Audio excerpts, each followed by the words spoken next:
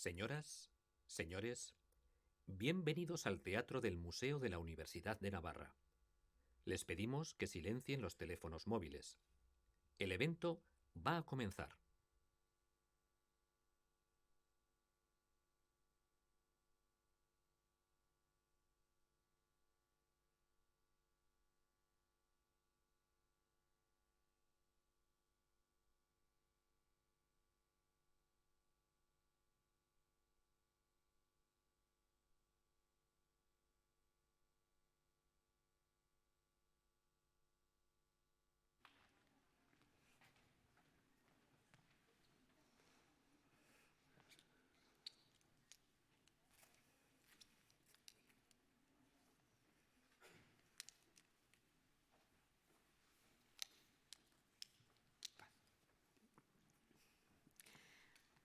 Hola, muy buenas tardes a todos.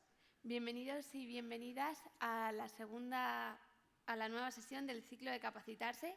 Hoy vamos a hablar de enfermedades raras con motivo del 28 de febrero, que es mañana, Día Mundial de las Enfermedades Raras, que es muy buena excusa para aprender de ello, que es una realidad que afecta a 3 millones de personas en España. Pues efectivamente, vamos a hablar de enfermedades raras, que son esas enfermedades de las que hay menos de 5 casos por cada 10.000 habitantes, o por cada 10.000 personas. Se estima en el mundo que hay unas 7.000 enfermedades raras diagnosticadas, y de esos 3 millones de personas de España que tenemos alguna enfermedad rara, el 80% de estas personas pues junto a esa enfermedad rara lleva incorporada en su vida una discapacidad. El 80% tiene o tenemos una discapacidad. Eso es muy importante tenerlo en cuenta, porque de lo que se trata es de capacitarnos para entender la discapacidad. Por lo tanto, es muy interesante que conozcamos, que nos asomemos a la realidad de las personas que tenemos enfermedades raras y también a las personas que están investigando soluciones a estas enfermedades raras. Y para ello, para formarnos en estos dos ámbitos, hemos traído a dos personas. Por la parte de las personas afectadas, tenemos a José María Casado, que es fundador y asesor del Grupo de Enfermedades Raras de Navarra, GERNA, y José María lleva más de 30 años trabajando por la inclusión de las personas con discapacidad. Durante 25 años presidió Retina Navarra y al mismo tiempo la presidencia de CERMIN durante 8 ejercicios. Y por la parte de la investigación nos va a capacitar Gloria González Aseguinolaza. Es doctora en biología y actualmente es la subdirectora de Innovación y Transferencia del Centro de Investigación Médica Aplicada, del CIMA, de la Universidad de Navarra. A sus innumerables trabajos publicados, científicos, y a todos los méritos académicos que atesora, pues cabe destacar el diseño de una terapia génica, del diseño de un método de terapia génica para la enfermedad de Wilson, y además es coinventora de más de 20 patentes que ha licenciado al sector farmacéutico para que haya ensayos clínicos. Así que, si os parece, les damos un aplauso a José Mari y a Gloria.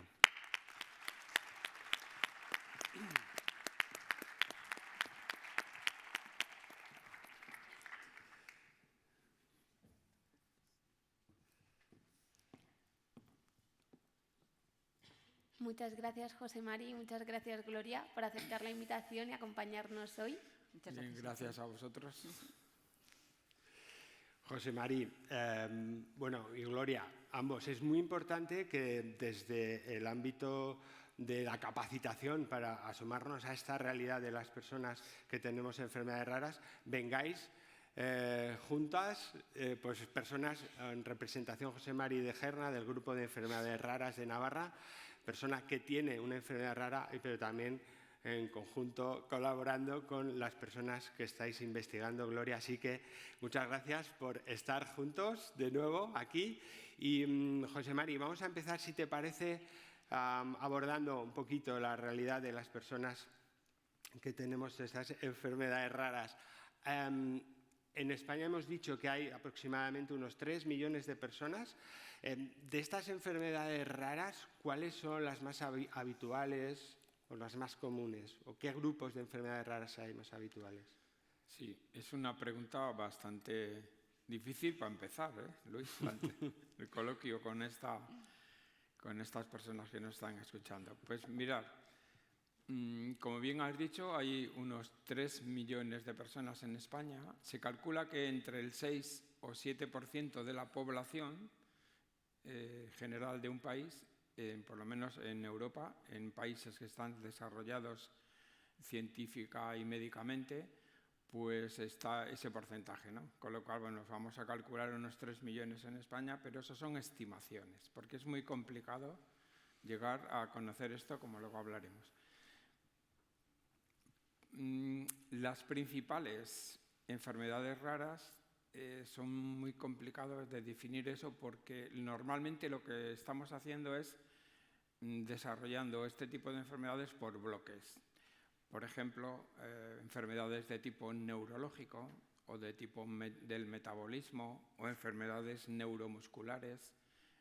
Bueno, quiere decir que hay una serie de enfermedades sistémicas orgánicas. Bueno, quiere decir que son como grupos grandes y de eso es muy complicado saber cuáles son las más, ¿no? Las más grandes o las más importantes o las que más personas hay. Os daré algún ejemplo. Por ejemplo, el síndrome de Usher. Es una enfermedad que tienen unas personas y les afecta tanto al oído como a la vista, como a todo lo relacionado con eso, como puede ser el equilibrio. Imaginaros que vais a coger un vaso de agua que está en una mesa y tenéis que estirar los brazos. Pues al estirar el brazo, toda esa coordinación pues es manual, ¿no? Entonces hay que utilizar la visión, pero también hay que utilizar partes de nuestro cerebro, como es el cerebelo, para que todo eso vaya bien, ¿no? Con lo cual, hay una serie de enfermedades que van combinando, que son casi todas sindrómicas, combinan. Por ejemplo, otra enfermedad, la enfermedad de Angelman, que son, bueno, si habéis visto alguna vez fotos, son niños y niñas que tienen la cara como muy risueña, parece que son felicianos, contentísimos de la vida y tienen un déficit motor, un déficit cognitivo que también les hace especiales, ¿no? Son muy cariñosos, pero tienen esas dificultades a nivel de funcionamiento diario. Y son muchas enfermedades que por fuera no aparentan tanto o no aparentan casi nada, pero en el fondo son enfermedades que te discapacitan, te hacen que las actividades de la vida diaria no las podamos desarrollar de una manera adecuada a la necesidad que podemos tener, ¿no? Otro tipo de enfermedad, por ejemplo, hay una muy conocida que por algunas personas por el nombre que le llaman el maullido del gato, ¿no? Son una serie de fenómenos que también están en lo que son los órganos fonadores, pero también está en el oído, está también en los aspectos de funciones cognitivas. Bueno, pues todo eso son como grupos grandes de enfermedades que muchas de ellas no son únicas, están, como os he dicho antes, sindrómicas, están unidas porque afectan a más de un órgano de nuestro cuerpo. Y sobre todo están dentro de una persona. Y eso es lo que tenemos que ver, que son personas con enfermedades raras. Y eso lo iremos hablando después, pero por ahí va la idea. Y José Mari, ¿crees que las personas con enfermedades raras sois lo suficientemente visibles para el sector farmacéutico y médico? Bueno, pues si enganchamos un poco con lo que estamos hablando, pues os puedo decir que no somos fácilmente visibles y somos muchas veces invisibles, pero no porque la medicina o los fármacos o las investigaciones, las personas que investigan no quieran, sino porque es muy complicado en todo este mundo de la sanidad hacerse huecos, ¿no? Partimos de que somos personas con enfermedades poco frecuentes, minoritarias, que estamos pocas personas con una enfermedad determinada. Investigar algo que no no tiene mucha capacidad cuando se descubra de luego aplicarlo a más personas, pues es complicado. Es decir, que cuando hay unas investigaciones, hay unas inversiones económicas y de tiempo y de talento en buscar determinadas afecciones, qué pasa con algún tipo de enfermedad, todo eso al final tiene que redundar en un tratamiento, tiene que llevarnos a un diagnóstico que sea cierto, ¿no? Entonces, todo ese tiempo, pues cuantas más personas se pueda beneficiar, es lógico que sea así, ¿no? Entonces, como aquí estamos menos, pues normalmente la invisibilidad va por ese terreno. No que no se nos vea físicamente con los ojos, sino que tenemos esa invisibilidad de cara a lo que podría ser la atención médica y farmacológica. José Mari, también esa invisibilidad unida a esa diversidad que comentábamos al principio, 7.000 enfermedades raras diagnosticadas. Hablabais antes de la sesión que casi nuevos datos están hablando de unas 10.000. Es decir, esa diversidad que hay dentro del colectivo de personas con enfermedades raras es muy grande, pero ¿cuáles serían las principales dificultades del colectivo? Por ejemplo, tardanza en el diagnóstico, no sé, seguro que hay problemáticas muy identificadas y que estáis trabajando desde GERNA, ¿no? Sí, y bueno, GERNA también, para que sepáis, pertenece a la Federación Española de Enfermedades Raras, y ahí es donde se han hecho estudios a nivel de lo que es lo que es España, ¿no? Toda la sociedad española, y ahí es donde podemos sacar datos un poco más importantes. Por ejemplo, sí que está claro que el tener un diagnóstico de la enfermedad es importante. Hasta hace 5 o 6 años, el diagnóstico tenía una media de 10 años de tardanza en averiguarlo. Ahora, en estos últimos años, se está llegando ya como hasta 4 o 5 años. Es decir, que ha bajado, porque la investigación pues ha aumentado su potencial y bueno, con toda la tecnología y todo se va avanzando muchísimo, ¿no? Pero, sin embargo, hay una serie de dificultades que lo que más se puede uno fijar es que van unidas al día a día. Tú tienes un diagnóstico, pero a veces el diagnóstico sí te sirve, porque es la entrada, podemos decir, a la atención pública, ¿no? Pero a las familias lo que le importa muchas veces es qué pasa por tener yo eso, cómo funciona mi niño, mi niña, mi familiar, mi esposo, mi esposa o mis padres, cómo funcionan por tener esa enfermedad, ¿no? Y ahí yo creo que lo más importante, por ejemplo, en niños es el tema de la educación. Todos los niños tienen muchos problemas en los colegios. Los que tienen apariencia física de algo un poquito especial tienen problemas de bullying. Hay otros problemas de tipo de funcionamiento cognitivo. Es decir, que ahí hay un campo que es común a todas las enfermedades. El tema laboral, en edad laboral, pues también hay un problema, porque en muchas enfermedades no dispones de tu comportamiento físico para poder hacer un trabajo. No puedes estar mucho tiempo de pie, o no puedes manipular determinadas cosas, o no puedes coger peso. En fin, dificultades que en el mundo laboral pues son también muy comunes, ¿no? Y vamos, por decir otro campo general, pues está todo el tema social, ¿no? El ocio, las relaciones sociales. Bueno, muchas personas tenemos o pasamos desapercibidas porque físicamente no aparentamos una enfermedad rara, pero la tenemos. Y eso te dificulta para que comprendan qué es lo que pasa, por qué tú eres diferente a los demás que están en un sitio y por qué necesitas determinadas oportunidades diferentes, determinadas adaptaciones. Bueno, pues todo eso a veces es difícil que la sociedad lo comprenda, ¿no? Yo creo que por ahí van un poquito las mayores dificultades. Y José Mari, tú fundaste GERNA con otras personas. ¿Por qué fue necesario crear este grupo y qué perseguís con ella? A ver, GERNA, por si creo que lo han dicho ya, pero algunos ya ni se acuerdan. GERNA es Grupo de Enfermedades Raras INA Navarra. Lo principal que nosotros quisimos es ver toda esta diversidad de familias que tenían, imaginaros, pues alguna familia tiene un caso solo, ¿no? En toda Navarra hay igual 3 casos o 4 de una misma enfermedad.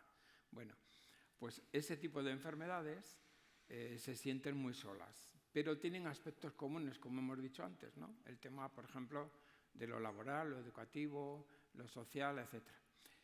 Y nosotros vimos que en GERNA necesitábamos tener un grupo de personas que pudiéramos hablar entre nosotros, compartir experiencias, cómo nos va en la vida con lo que tenemos y cómo funcionamos con eso. Y como todos somos diferentes y todos tenemos una especial experiencia, pues el compartir eso enriquece muchísimo. ¿Y qué ocurre? Pues que las familias están deseando compartir con aquellas que ya han pasado por esos espacios, esos ámbitos que a mí me tocará pasar dentro de 1 año, de 2, de 3, ¿no?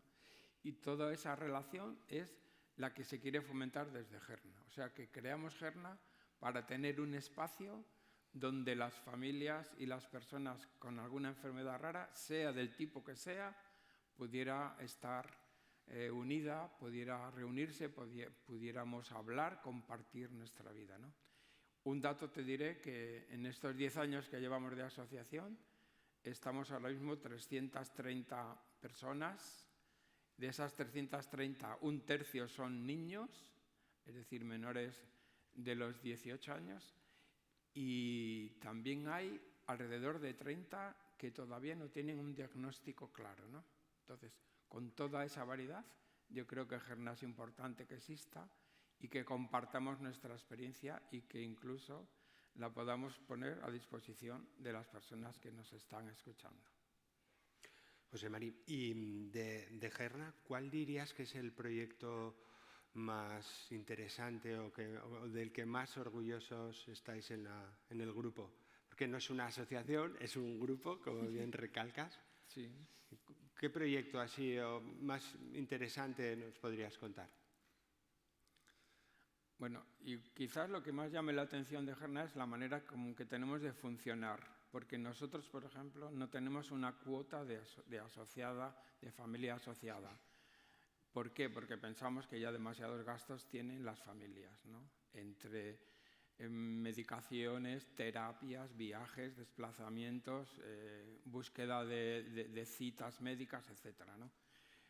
Entonces, lo principal es que nosotros, principalmente nos dedicamos a 2 cosas. Las personas adultas normalmente nos piden que hagamos algún tipo de proyecto de terapia sobre todo psicológica, porque las familias que tienen niños con esta problemática les es muy difícil, les es muy complicado y les cuesta mucho llevar adelante su vida, ¿no? Y sobre todo porque muchas familias pues están pensando más en el futuro que en el presente. Y claro, a veces el futuro es tan incierto que eso estresa mucho, ¿no? Y sobre todo para los niños, lo que nos piden en los otros proyectos más grandes que tenemos son de tipo de ocio. Los niños están hartos de terapias. Los niños están hartos de, hoy te toca logopedia, ahora te toca fisio, mañana tienes que ir al masajista, el otro día tienes que ir a que te enseñen a cómo hacer las divisiones porque vas un poco mal en la escuela. Los niños están hartos de todo eso. Entonces quieren ocio, excursiones, ir a ver los animales, pues salir por ahí, estar juntos, correr, divertirse. Eso es lo que quieren. Entonces, nuestros grandes proyectos ahora son 2. Uno, lo psicológico, y el otro, los temas de ocio con los niños. Interesante, sí, porque esa distinción que haces de grupo para darle más calidad, ¿no?, al grupo humano, para darle más cohesión, y es muy importante, efectivamente, ese apoyo psicológico a personas adultas y luego a los más pequeños, pues que tengan ese ocio entre iguales, y yo creo que es pues muy, muy, muy interesante, José Mari. Decías además antes un dato, que muchas de las personas comentabas que muchas de las personas con enfermedades raras tienen dificultades laborales.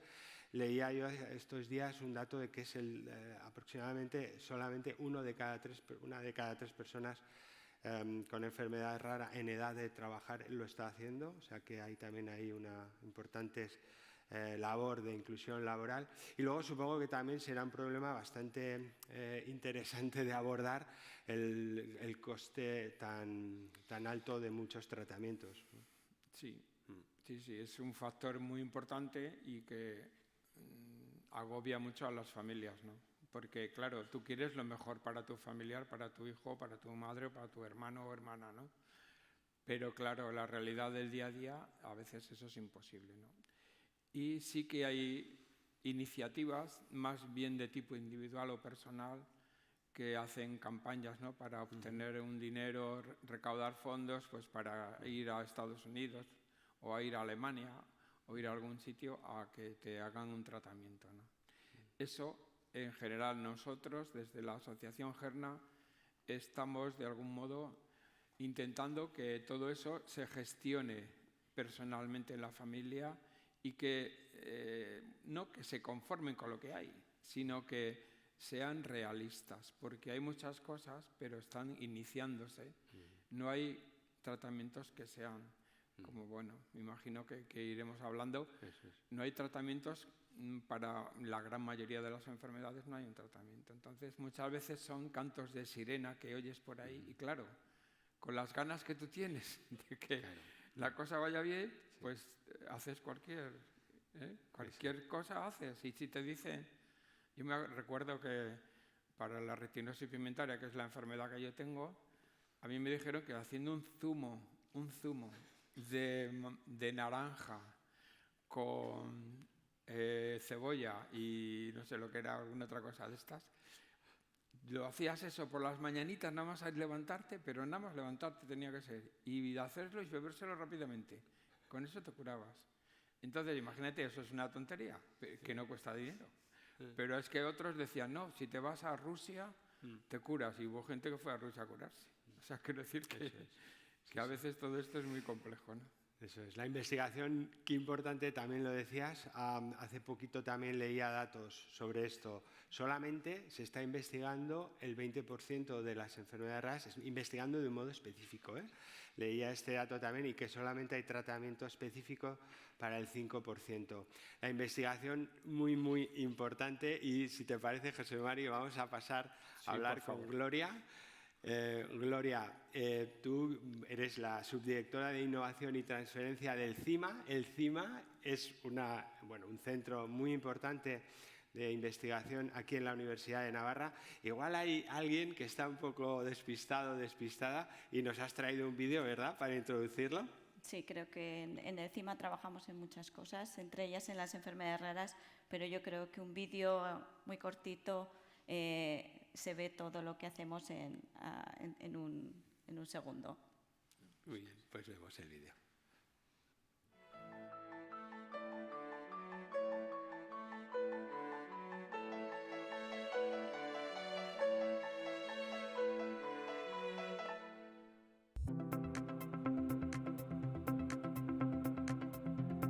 El Centro de Investigación Médica Aplicada, CIMA, es una institución de investigación biomédica de la Universidad de Navarra.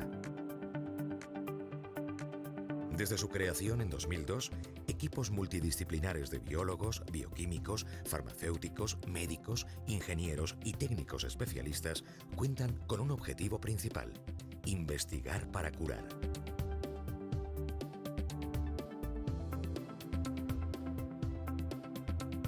Más de 300 profesionales de 20 países diferentes profundizan en el conocimiento de la biología humana para identificar nuevas dianas terapéuticas, validar marcadores diagnósticos y diseñar nuevos tratamientos orientados a solucionar problemas médicos no resueltos.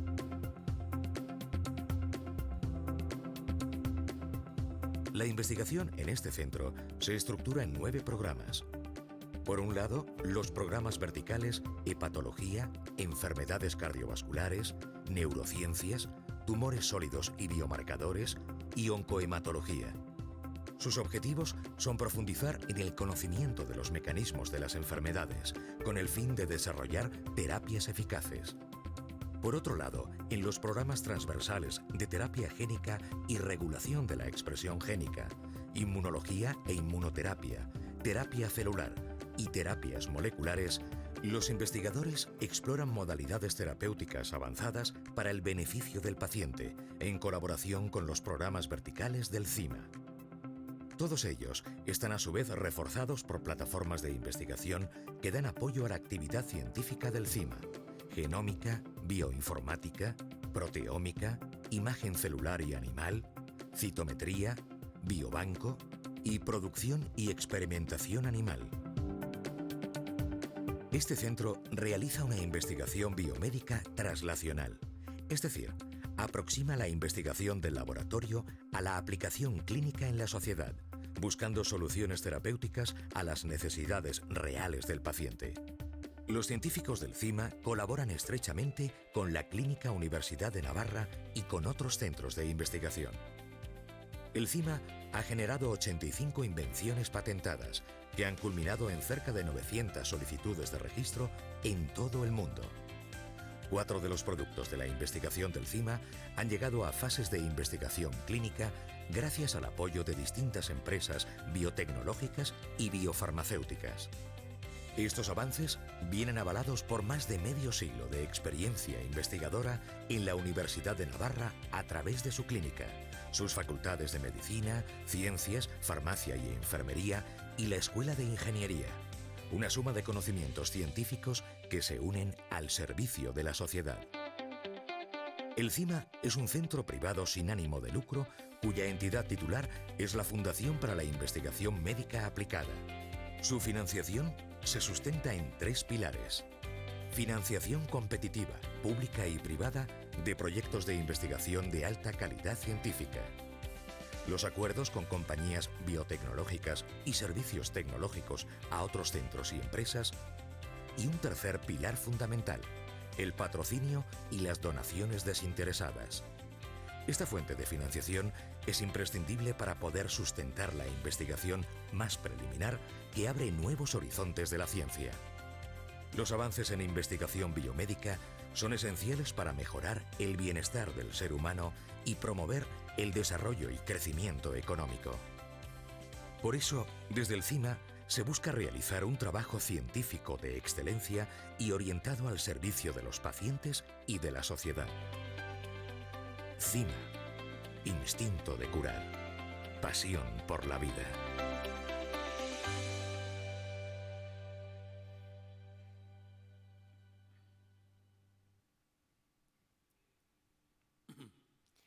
Gloria, y dentro de esta inmensa labor que tenéis, ¿por qué investigáis enfermedades raras? Pues como ya comentan en el vídeo, ¿no?, el objetivo del CIMA es buscar nuevos tratamientos para aquellas enfermedades que actualmente no tienen cura. Y ese es el caso de la mayoría de las enfermedades raras, fundamentalmente porque casi todas tienen un origen genético, con lo cual buscar una cura para una enfermedad que, digamos, está en el interior de nuestras células es complicado, ¿no? La mayoría de los tratamientos que se aplican a las enfermedades raras son tratamientos paliativos que afrontan la sintomatología de la enfermedad. En el CIMA, como habéis visto, uno de los departamentos es terapia génica, ¿no? Utilizamos genes para curar, con lo cual nuestra principal diana serían enfermedades raras de origen genético, ¿no? Y por eso trabajamos en enfermedades raras, porque creemos que tenemos la tecnología y el conocimiento necesario tanto para desarrollar nuevas terapias como para procurar un diagnóstico de estos pacientes, que también es un problema muy grave, ¿no? Entonces está, digamos, que en el DNA del CIMA buscar tratamientos para enfermedades raras. Y Gloria, en estos momentos, cuéntanos en qué proyectos de investigación en enfermedades raras estáis trabajando en el CIMA. Pues nosotros, por razones históricas, porque uno de los principales impulsores de la terapia génica en el CIMA fue el doctor Jesús Prieto, que es, además de un gran investigador, es hepatólogo. él inició la parte de desarrollo de nuevos tratamientos basados en la terapia génica. Entonces, por esta razón, los primeros tratamientos de terapia génica que se han desarrollado en el CIMA han sido tratamientos enfocados en enfermedades hereditarias cuyo principal órgano afectado es el hígado. Y en ese sentido hemos trabajado en la porfiria aguda intermitente, en la enfermedad de Wilson, en la cual ya hemos tratado el primer paciente de manera muy reciente, en el ciclo de la urea, en la fenilcetonuria. Son enfermedades que todas ellas tienen la misma característica, es que se pueden tratar con un trasplante hepático.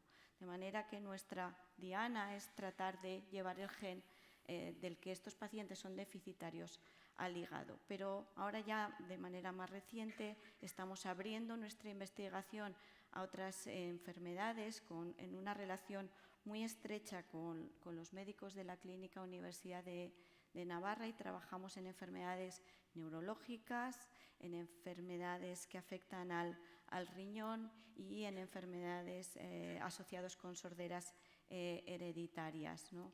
Estamos desarrollando vectores que normalmente se basan en virus, capaces de llevar esos genes a las células de estos órganos y así procurar un tratamiento, ¿no? O sea que ahora mismo trabajamos en bastantes enfermedades diferentes.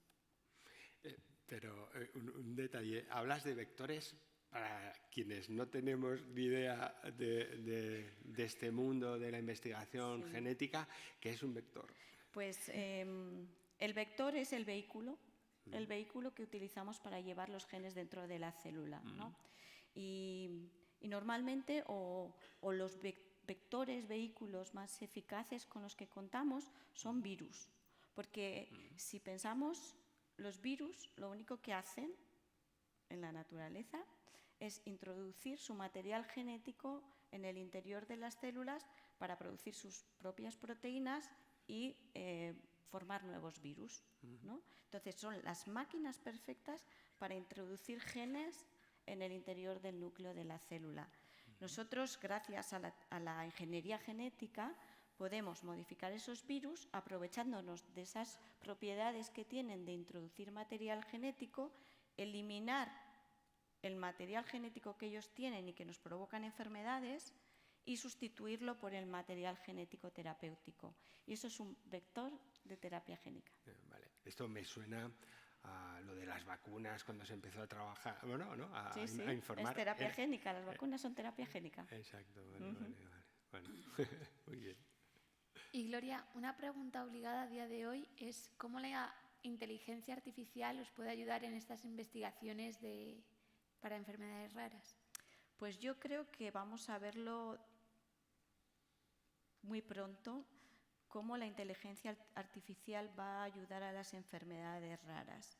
Y fundamentalmente yo creo que lo que va a hacer es permitir un diagnóstico más temprano. El problema, como ya adelantaba José María, es que la mayoría de los pacientes con enfermedades raras logran su diagnóstico al cabo de una media de 4 años. Y en algunos casos, aproximadamente el 20% tardan 10 años en recibir un tratamiento. Esto tiene unas consecuencias devastadoras en el paciente. Primero porque vivir sin un diagnóstico es terrible y que además, si hay algo que hacer, ¿no? La aplicación de ese posible tratamiento, tanto paliativo como curativo, va a retrasarse muchísimo en el tiempo. Gracias a la inteligencia artificial, el médico que reciba a ese paciente podrá integrar datos que vienen de distintos aspectos del paciente, desde fisionómicos hasta bioquímicos, clínicos, todo lo que se te pueda ocurrir, y probablemente gracias a esa integración de datos, sobre todo el médico de atención primaria, que es el primero que ve al paciente y que primero pasa mucho tiempo descartando causas comunes, que es lo normal, ¿no? Un paciente llega a la consulta con un daño hepático y primero eliminas pues hepatitis virales, hepatitis autoinmune, etcétera, hasta que llegas a un tratamiento que puede ser una enfermedad de Wilson, ¿no?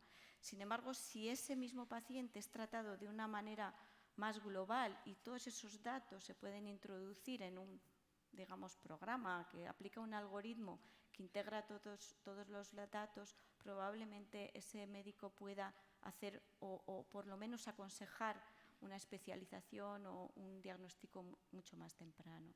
Yo creo que eso lo vamos a ver dentro de muy poco, porque cómo está avanzando todo el tema relacionado con inteligencia artificial es realmente asombroso. De semana en semana tenemos noticias casi, ¿no? Sí. Realmente, yo supongo que uno de los principales problemas en la investigación es que hay muy poquitos casos.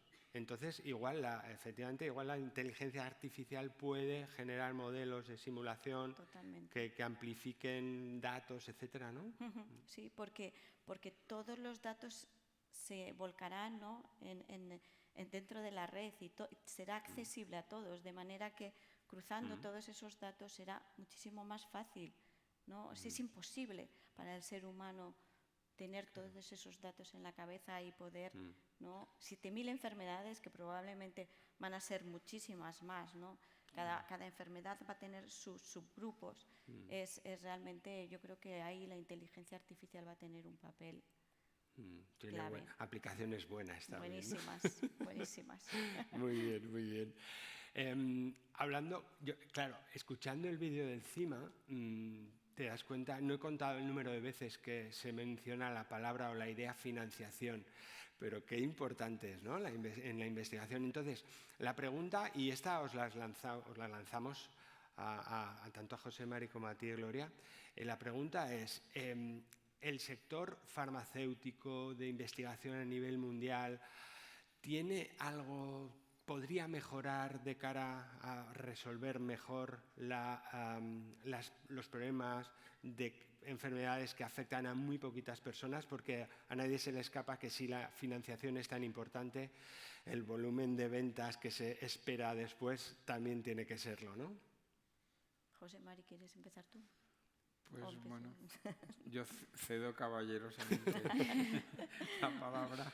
Pues yo creo que en los últimos años se ha visto un cambio muy importante, incluso desde las grandes farmacéuticas, en la investigación, en el desarrollo de nuevos tratamientos para enfermedades raras. O sea, quizás también en gran parte llevado porque cada uno de estos tratamientos tiene un precio muy elevado, con lo cual, aunque se investigue para pocas personas, debido al coste del tratamiento sí que van a poder recuperar parte del gasto invertido, con lo cual estamos viendo una tendencia de las grandes farmacéuticas a invertir también en el desarrollo de tratamientos para enfermedades raras.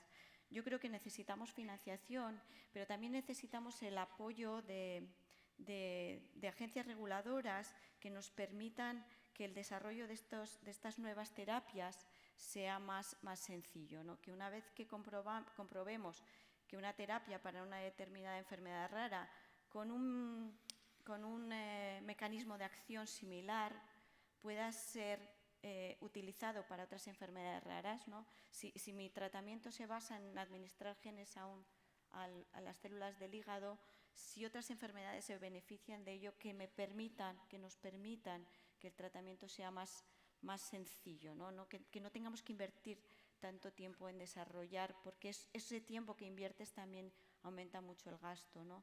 Entonces yo creo que tenemos mucho que trabajar, ¿no?, en esa dirección, y yo creo que con el tiempo conseguiremos que más tratamientos lleguen a los pacientes que los necesitan y que las farmacéuticas se interesen más, ¿no?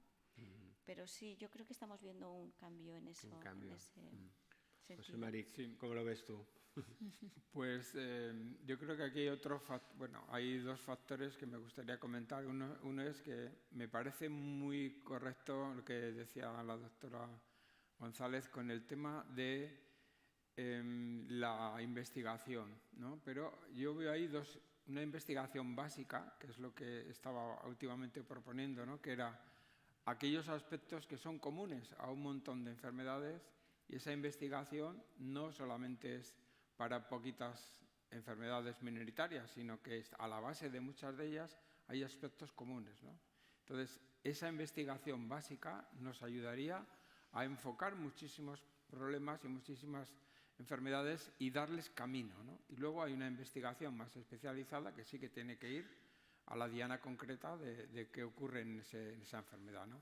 Y aquí entraría la parte que me parece a mí interesante, que serían los gobiernos y las administraciones públicas, porque podrían poner dentro del condicionado que tienen para el tratamiento farmacológico de una enfermedad rara, podrían cambiar esas condiciones, hacerlas más fáciles de cumplir, hacerlas más cortas en el tiempo, porque no es, hoy día me parece que no se puede asumir que desde que empiezas a investigar en un tipo de fármaco hasta que ya lo puedes poner en marcha en personas, se tardan 14 y 15 años y a veces hasta más.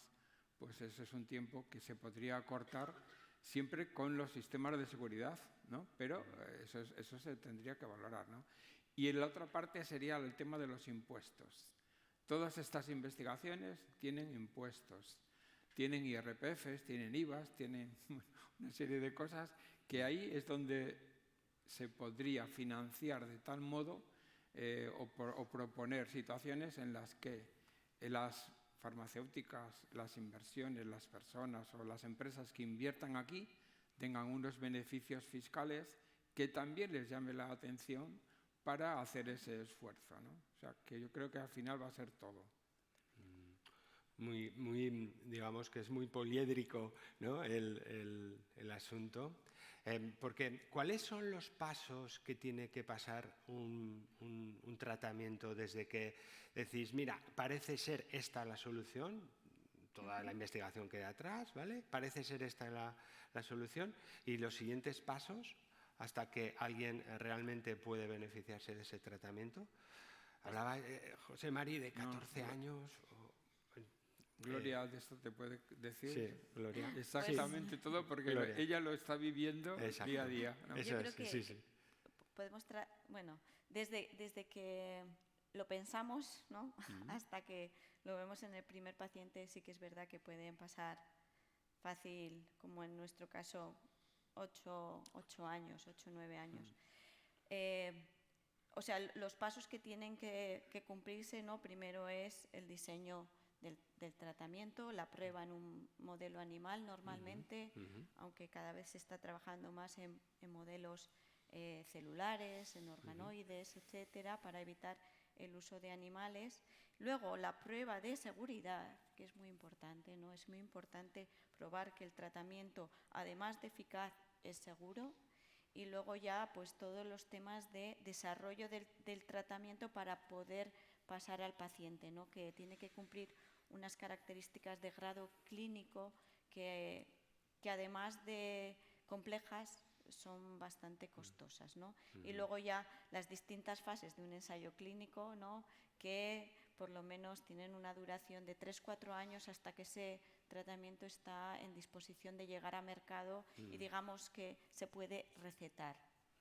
Pero bueno, es como casi cualquier tratamiento. Los tiempos en enfermedades raras son un poquito más cortos, porque podemos fusionar la fase 1 y 2 de los ensayos clínicos. Entonces son un poco más cortos. Nunca van a ser tan cortos como la vacuna del COVID, ¿no? No. Pero bueno, vale. Además yo creo que tenemos que tener en cuenta una cosa importante, y es que las personas que tenemos una enfermedad rara tenemos, por un lado, vamos a ponerlo así gráficamente, 2 relojes. El reloj de la investigación, que va a su marcha, pero luego está el reloj de mi enfermedad. En mi cuerpo la enfermedad, no sé por qué, corre más ese reloj que el reloj de la investigación. Y al final, esa, vamos a decir, disonancia cognitiva que tenemos de relojes, hay que gestionarlo bien, ¿no? Y eso también es parte importante de la investigación, no solamente biológica y fisiológica, y vamos a decir física, sino también a la parte psicológica. Muy bien, muy interesante esa imagen de los 2 relojes. Gloria, En todo este proceso de investigación, de hallazgo de todos los ensayos clínicos, ahí supongo que conocer el lado humano de la enfermedad rara, que sea conocer a las personas, supongo que es clave, que es crucial, pero ¿qué es? ¿Más motivador o más frustrante? Pues yo te diría que es las dos cosas. Es motivador y es frustrante. Es motivador llegar cada mañana al laboratorio y saber que estás trabajando para dar solución a pacientes que sufren, a familias que sufren y que es posible que tú tengas la solución en tu mano, ¿no? Que gracias al equipo de investigadores que tienes alrededor puedes dar solución, ¿no? a esas personas. Y por el otro lado, como ya adelanta José Mari, es frustrante pensar que lo que tú estás haciendo no llega lo suficientemente rápido al paciente como para darle una solución. Sobre todo cuando pensamos que la mayoría de las enfermedades raras son enfermedades genéticas y por ende afectan mayoritariamente a niños, y en los niños la enfermedad progresa y para cuando tú llegas igual ya hay muy poco que hacer, ¿no? Entonces se combina, ¿no? La motivación que te trae el paciente con su necesidad, con su apoyo incondicional, con la frustración de no poder tener algo para mañana, ¿no? Sí. A los pacientes, si me permites, Luis, nos da, no voy a decir felicidad, pero que nos llena de mucha alegría el conocer a los científicos, el saber que hay personas físicas de verdad, o sea, que las puedes hablar con ellas y las puedes tocar y las puedes agradecer todo su trabajo, ¿no? Eso también a nosotros nos llena esa parte de la esperanza que tenemos ahí en la investigación, la tenemos en las personas que investigan. Y conocer con nombres y apellidos a esas personas, a nosotros por lo menos, lo que yo conozco, bueno, nos encanta y siempre estamos como, bueno, muy agradecidos y muy dispuestos a estar con ellos, a todo lo que sea. Hay que crear equipo. Sí, sí. Muy bien. Paz, si te parece, vamos gestionando ya las preguntas que seguramente tenéis. Sí, genial.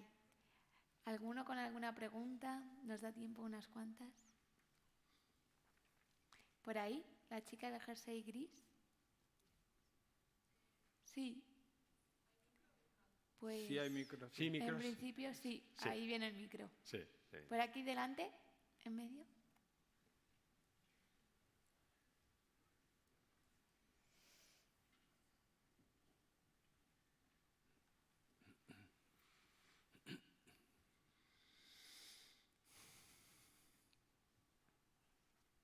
Que estábamos hablando de que financiar un tratamiento para enfermedades raras es complicado porque muchas veces se piensa que no se puede volver a recaudar lo invertido y que realmente habéis dicho que realmente como el tratamiento es más caro de lo normal, que sí se vuelve a recaudar.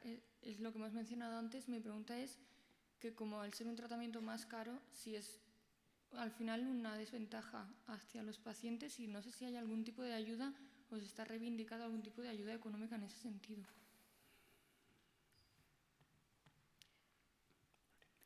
Vale. Sí, Gloria igual.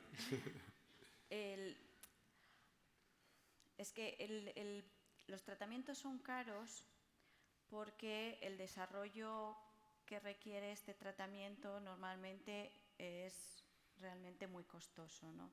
Entonces, el precio que se pone normalmente tiene en cuenta también cuánto cuesta ese paciente a la sociedad, porque no solamente es el coste de la manufactura de ese tratamiento, sino también todo el coste asociado que lleva ese paciente y lo que el tratamiento podría ahorrar a la seguridad social.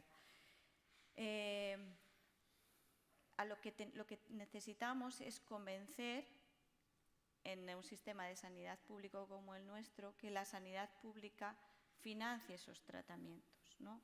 Y por el otro lado, pedir a las farmacéuticas que también bajen los costes de esos tratamientos o que sean inventivos y entre todos veamos maneras, ¿no?, de financiarlo sin que oigamos precios como 1 millón de euros por persona, etcétera, ¿no? Yo creo que vamos a ir avanzando en el desarrollo y en el pago de estos medicamentos, pero es cierto que en Europa se han retirado 2 medicamentos de terapia génica para 2 enfermedades raras que curan a las personas, porque el precio era inasumible y ningún gobierno quería costearlos, ¿no? Entonces yo creo que tenemos todavía mucho trabajo que hacer en esa dirección y también hay fundaciones que están ahora trabajando en el desarrollo de nuevas terapias y aplicándolos sin coste para el paciente. O sea que tenemos muchas formas de tratar de solucionar este tema. Yo te diría que las personas que tratan la economía de un país o de una sociedad deberían de tener la mentalidad más como inversión que como gasto. Es decir, lo ha insinuado también antes la doctora. Si tú planteas que me voy a poner 1 millón de euros como gasto, los pongo y los pierdo. Pero si yo pongo 1 millón de euros como inversión, quiere decir que a esa persona yo le he estado dando unas condiciones de vida que va a redundar más adelante en su aportación a la sociedad. Por un lado, como algo que yo me ahorro de no tener que atender a esa persona durante tantos años, porque ya está curada, y segunda parte, porque esa persona ya aporta con su trabajo, con su manera de estar presente en la sociedad, está aportando beneficios para todos. Es decir, que vamos a tener que cambiar la mentalidad de muchos economistas de este país con la idea de que invertir en personas, invertir en el futuro de personas es mejor que hacer un gasto. Y es mejor porque va a redundar en una sociedad mejor. Así de claro. Y eso, para las personas que tienen la mentalidad muy matemática, no entra en su cabeza. Entonces, ahí estamos los pacientes para decir, a ver, señores, vamos a cambiar el chip, porque esto tiene que ser de otra manera. Tenemos que hacer que las personas sean... Estáis en un curso de capacitación, ¿verdad? Pues que las personas, tenga la condición que tenga, sean capaces, estén capacitadas para que esta sociedad vaya mejorando y para que yo aporte mi parte y tú aportes la tuya, pero que yo mi parte la voy a ir pagando año a año, aunque tú hayas invertido en mí un dinero en un momento determinado. Bueno, me encantaría seguir con preguntas, pero el tiempo aquí sí que avanza y muy rápido. Se acerca el momento de despedirnos. Pero Luis, creo que le quieres hacer una última pregunta a José Mari. Sí, supongo que si sois observadoras y observadores habréis intuido cierto parecido entre José Mari y yo. No sé. Nos separan 19 años, pero somos hermanos, ¿vale? Él es el mayor, yo soy el pequeño, de una familia extensa, y tenemos ambos retinosis pigmentaria, que es la enfermedad rara que nos une, aparte de otras muchas cosas, claro. Entonces yo te quería preguntar, yo hace muchos años, José Mari, bueno, te voy a llamar Chema, como te llamamos en casa, ¿vale? Yo hace muchos años que al principio de tener los síntomas y tal, te preguntaba y tal, pero hace ya mucho dejé de hacerlo.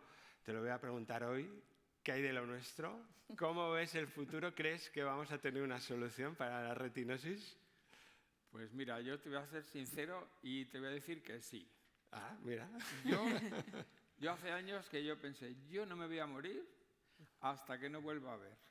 Con lo cual, os auguro que saldré en el libro Guinness por lo menos, porque no voy a durar tanto, pero sí voy a ser de las pocas personas que vamos a estar en condiciones de recuperar la visión.